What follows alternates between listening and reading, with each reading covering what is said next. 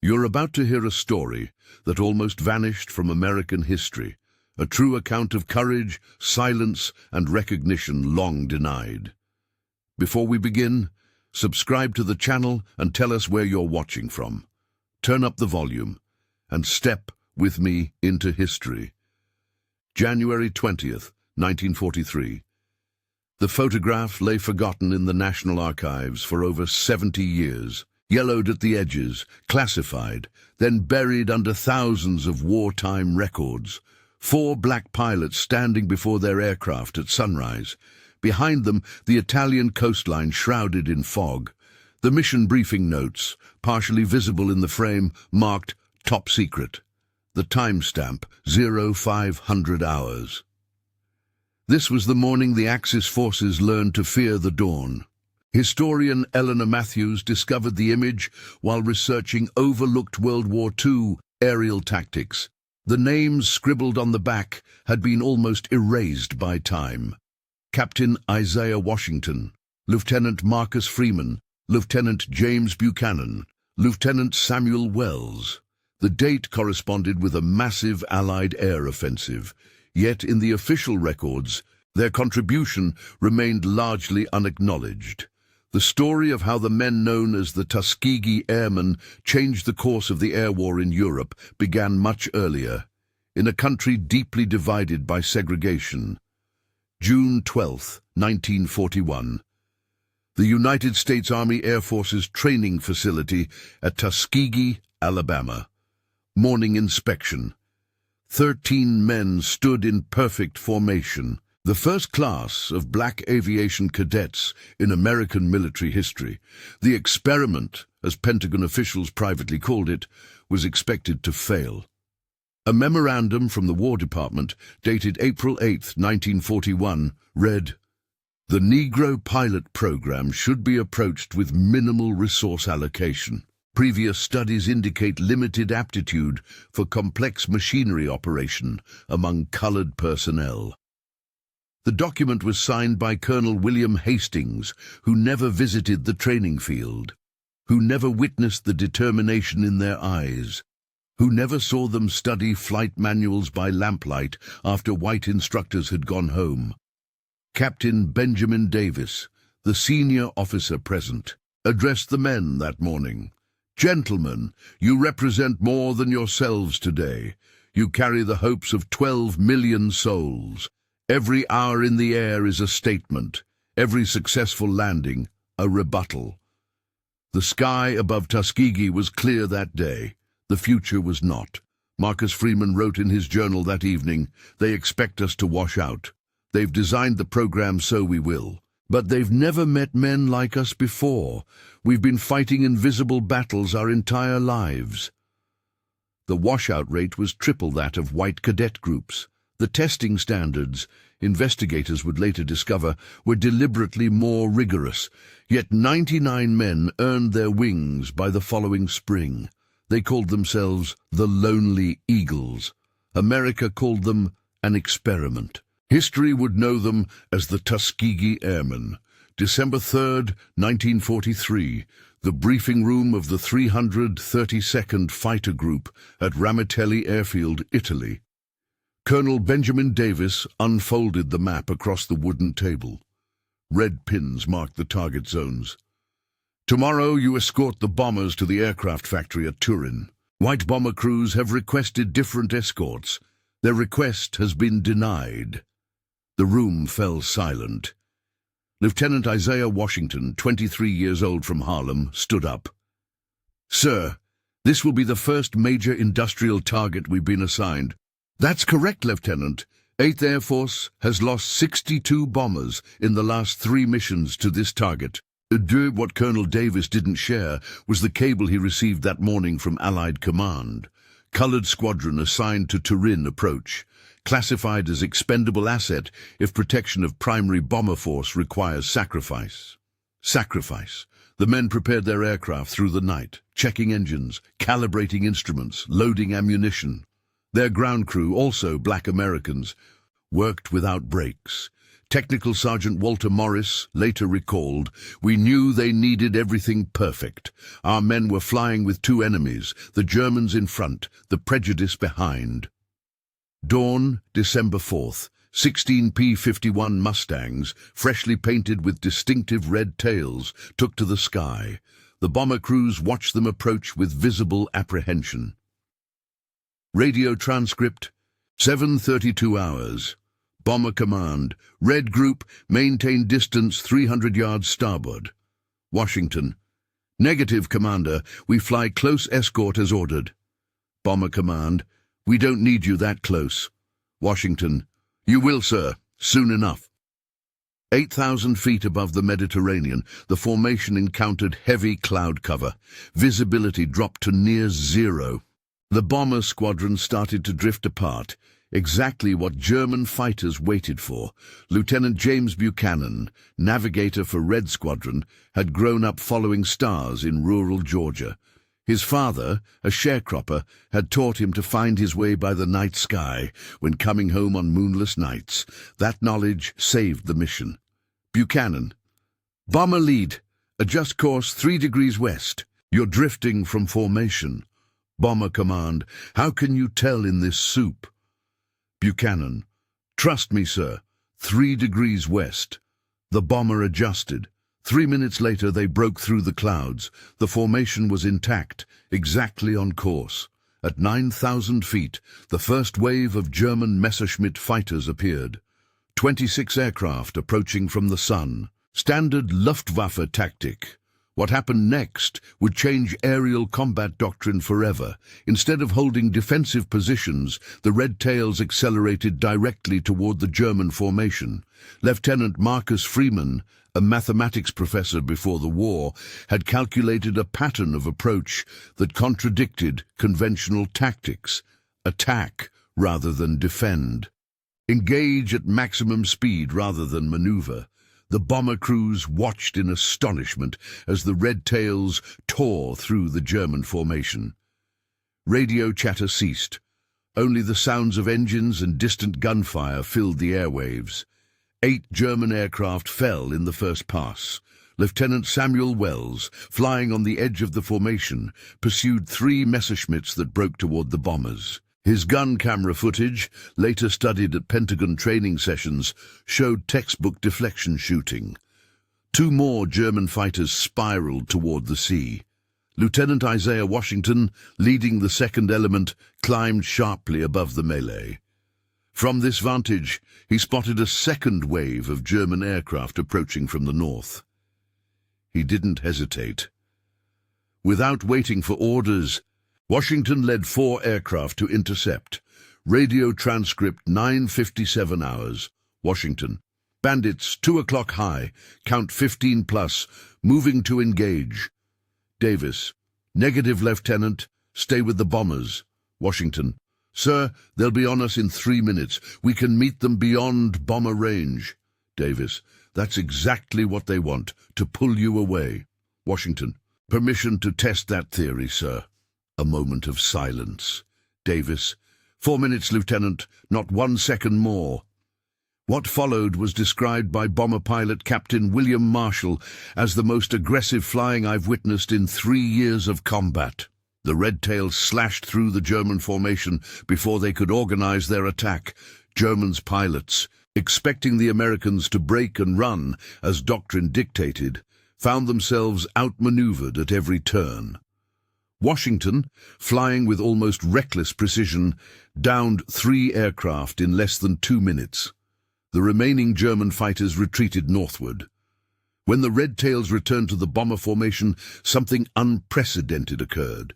Radio transcript, 10:11 hours. Bomber Commander. Red Leader, what's your fuel state? Davis. Sufficient for mission completion. Bomber Commander, outstanding flying back there. Never seen anything like it. Davis. Thank you, sir. Just doing our job. Bomber Commander, my boys owe you drinks when we get back. Not a single bomber was lost that day. The mission to Turin succeeded beyond expectations. The Tuskegee Airmen had proven themselves in combat. But the official mission report, filed 3 days later, mentioned only fighter escort provided as planned. No names, no unit designation, no recognition of the extraordinary tactics that saved dozens of American lives. If this story has moved you so far, leave a like and a comment. Each gesture helps keep these forgotten voices alive. Now, let's return to the battlefield. January 10th, 1944. The Officers' Club at Ramitelli Airfield remained segregated despite executive orders to the contrary. The Red Tails celebrated their successes in their own quarters. A photograph from that evening shows the men gathered around a small radio, listening to news from home. The headline from the Pittsburgh Courier, a prominent black newspaper, Negro Airmen establish outstanding record in Mediterranean. The same day, the New York Times ran a front-page story about air operations without mentioning them at all. Lieutenant Marcus Freeman kept a diary throughout the war. His entry that night read, "The enemy treats us with more respect than our own forces. German radio called us the Black Birdmen today. Said their pilots are ordered to avoid the red-tailed aircraft at all costs. Meanwhile, our own papers pretend we don't exist." The contradiction weighed heavily on the men. They were fighting for democracy abroad while being denied its basic promises at home.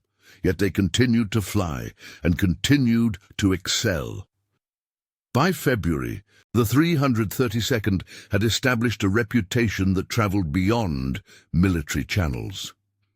German intelligence briefings captured later in the war referred specifically to the red-tailed devils and advised pilots to avoid engagement when possible. Luftwaffe pilot Hans Meyer, captured in March 1944, told interrogators, "We were warned about the black Americans. They fly like men possessed. No German pilot wants to meet them above 10,000 feet. The turning point came on March 7th. A massive bombing raid was planned for the Ploesti oil fields in Romania, the longest, most dangerous mission yet attempted. The bomber group commanders specifically requested the Red Tails as escorts.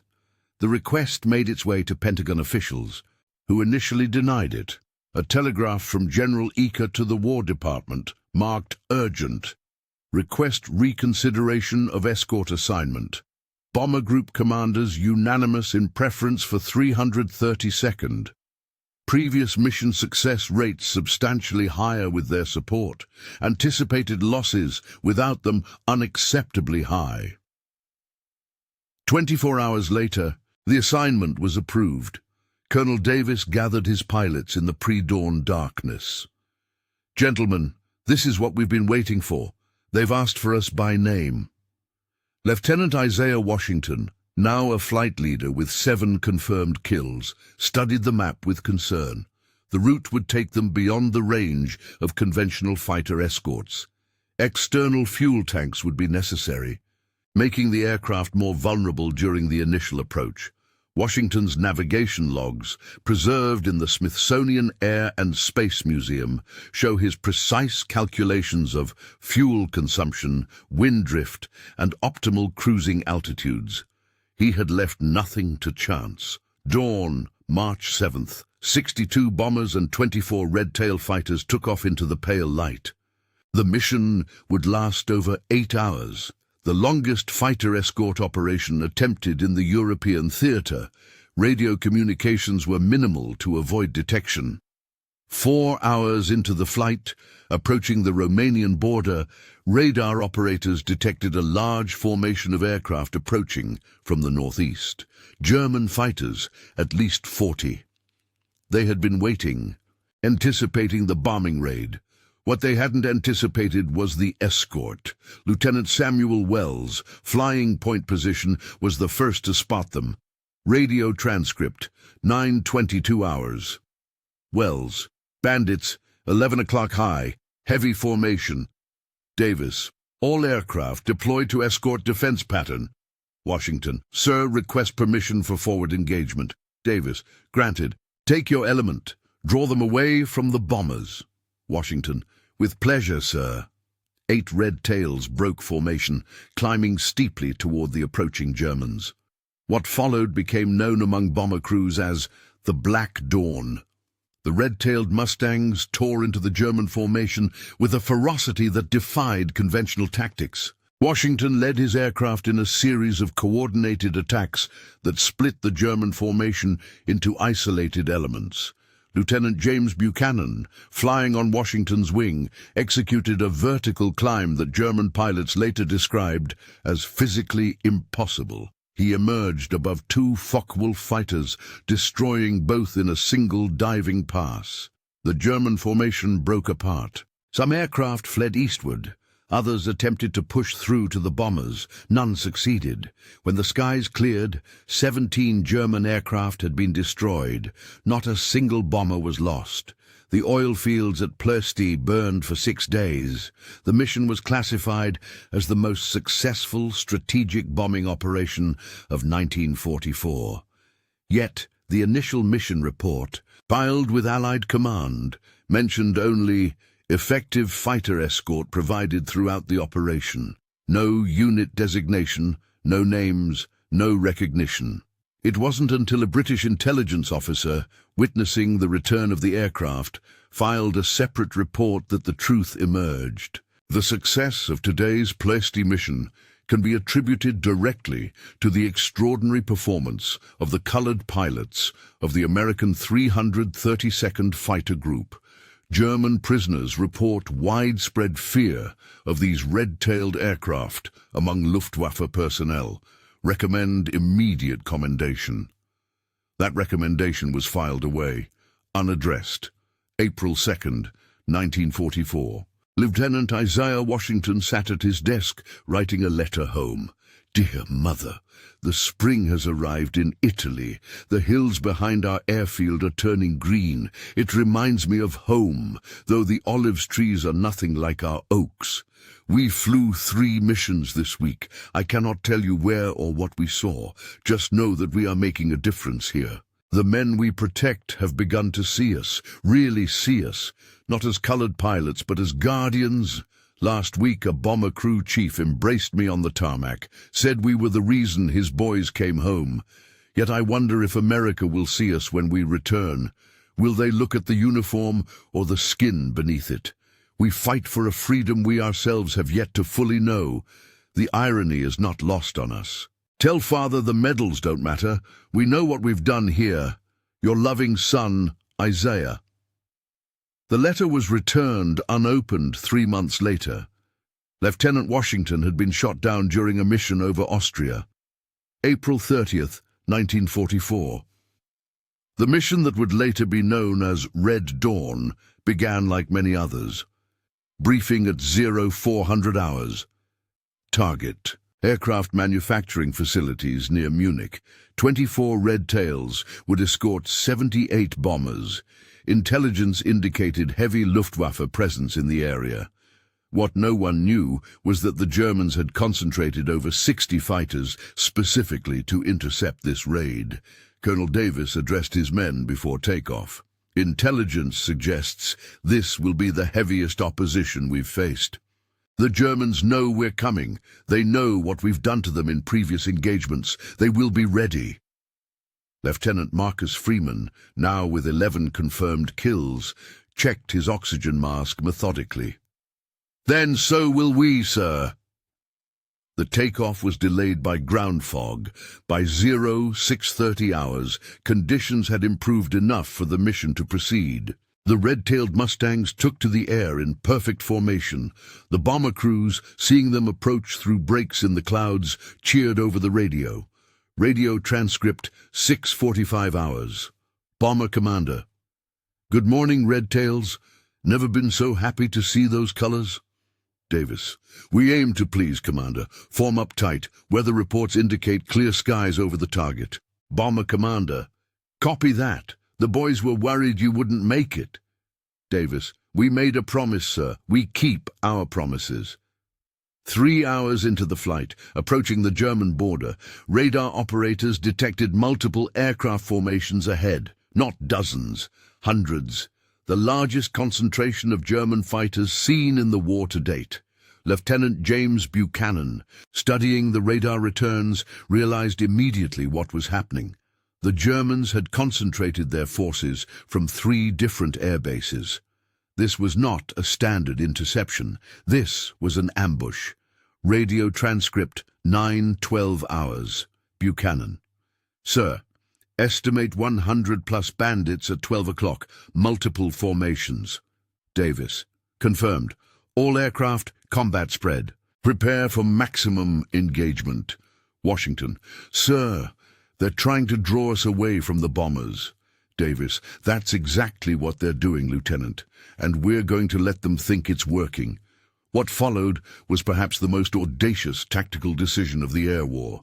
Colonel Davis split his forces. 8 aircraft would remain with the bombers as close escort. 16 would move forward to engage the German formations. Conventional wisdom held that fighter escorts should never separate. Davis was rewriting the rulebook. The 16 red tails accelerated toward the German formations at full military power. From the bomber positions, it appeared they were abandoning their posts. The German commanders thought the same. Their formation began to shift, preparing to break through the perceived gap in defenses. That's when Davis revealed his true strategy. The 16 red tails didn't engage the German front line. They climbed sharply, using cloud cover for concealment, then dove directly into the center of the German formation. The maneuver caused chaos in the German ranks. Aircraft scattered in all directions. Formation discipline collapsed. Commander-to-commander communication broke down as German pilots took evasive action. Lieutenant Marcus Freeman, leading the second element, executed a series of attacks that accounted for 6 German aircraft in less than 4 minutes. His gun camera footage, later studied at flight schools, showed precision shooting under extreme conditions. Lieutenant Samuel Wells, separated from his wingman during the initial engagement, found himself surrounded by 7 German fighters. Rather than attempt to escape, he attacked. His aircraft sustained heavy damage but remained flyable. Wells downed 3 enemies before rejoining the formation. He would later receive the Distinguished Flying Cross for this action, though it would be awarded 20 years after his death. The main bomber formation reached its target unopposed. Manufacturing facilities vital to the German war effort were destroyed. All but 3 bombers returned safely. The Red Tails lost 2 aircraft. Lieutenant James Buchanan was recovered by resistance fighters 3 days later. Lieutenant Isaiah Washington was officially listed as missing in action. The mission was classified as a decisive success. Yet the official report submitted to Allied Command contained a single paragraph about the escort operation. Fighter cover provided throughout mission. Enemy aircraft engaged successfully. Escort losses, 2 aircraft. No mention of the extraordinary tactics employed. No recognition of the sacrifices made. No acknowledgement that the men who made it possible were black Americans.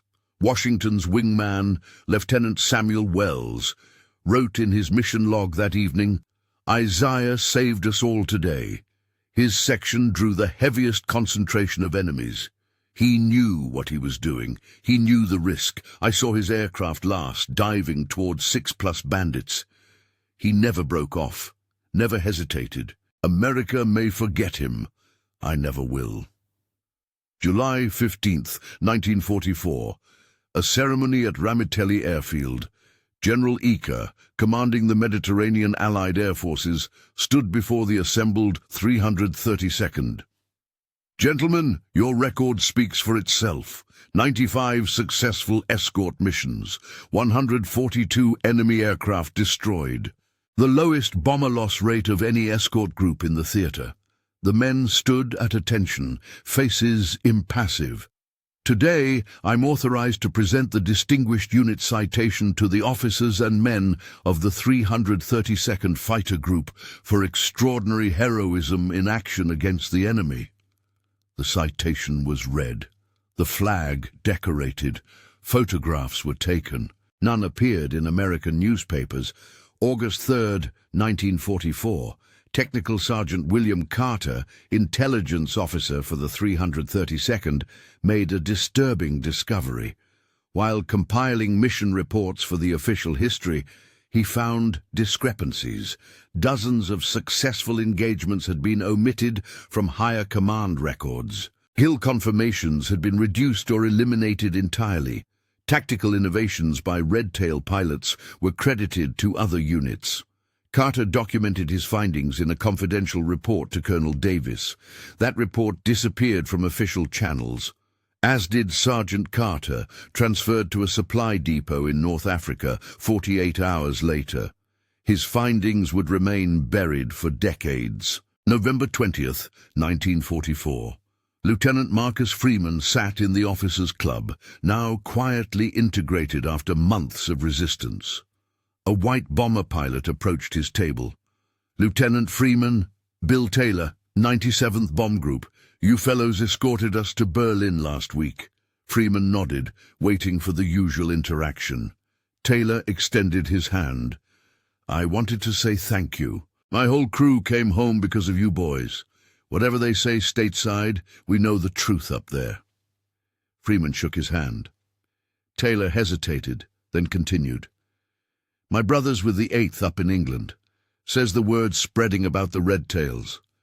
Bomber crews are requesting you specifically, refusing to fly without you."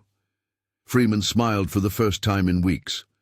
"We'll be there, Captain, wherever they need us." That conversation was overheard by war correspondent Robert Palmer. His article, "The Men Who Own the Dawn," was submitted to 3 major publications. All 3 rejected it. Palmer finally placed it with the Chicago Defender, a black newspaper with limited circulation.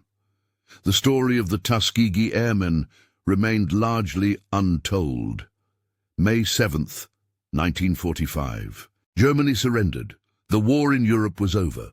The 332nd flew its final mission the day before. Their record stood unmatched. 261 missions, 150 enemy aircraft destroyed, 0 bombers lost to enemy action when under their protection. Colonel Benjamin Davis addressed his men one last time as a combat unit. "Gentlemen, you have done what they said was impossible. You have not only fought the enemy, but prejudice, and you have defeated both." The pilots of the Red Tails returned to an America still deeply segregated. Many found they couldn't enter restaurants in uniform in the same country they had fought to defend. Lieutenant Marcus Freeman, with 14 aerial victories, was denied entry to commercial aviation. He became a mathematics teacher in Philadelphia. Lieutenant Samuel Wells, holder of the Distinguished Flying Cross, could not find housing outside the black neighborhoods of Chicago. He worked as a postal clerk until 1967. Colonel Benjamin Davis continued his military career, eventually becoming the first black general in the United States Air Force. But the story of what his men accomplished remained obscured, their victories minimized, their innovations forgotten, their sacrifice unacknowledged. June 12, 1995, the Smithsonian Air and Space Museum, the unveiling of a new permanent exhibition, Black Wings, the American Black in Aviation. Among the attendees were surviving members of the Tuskegee Airmen, now in their 70s and 80s, standing straight, proud, finally visible. A young researcher named Eleanor Matthews approached Lieutenant Marcus Freeman, now Dr. Freeman, Professor Emeritus of Mathematics. "Sir, I've been studying your tactical innovations. The dawn attack pattern you developed has been incorporated into modern air combat doctrine. Did you know that?" Freeman smiled. "No, young lady, I did not." "Why do you think it took so long for these contributions to be recognized?" Freeman looked around the exhibition hall, at the faces of his fellow airmen, at the red-tailed Mustang hanging from the ceiling. "Some truths are too difficult to accept. That excellence knows no color. That courage wears no particular face. America needed time to see what was always right in front of them. March 29th, 2007. The United States Capitol. President George W. Bush presented the Congressional Gold Medal to the Tuskegee Airmen. 300 surviving airmen attended, many in wheelchairs, all wearing the distinct red blazers that honored their famous tail markings. The citation read, "The Tuskegee Airmen inspired revolutionary reform in the armed forces, paving the way for full racial integration in the United States military.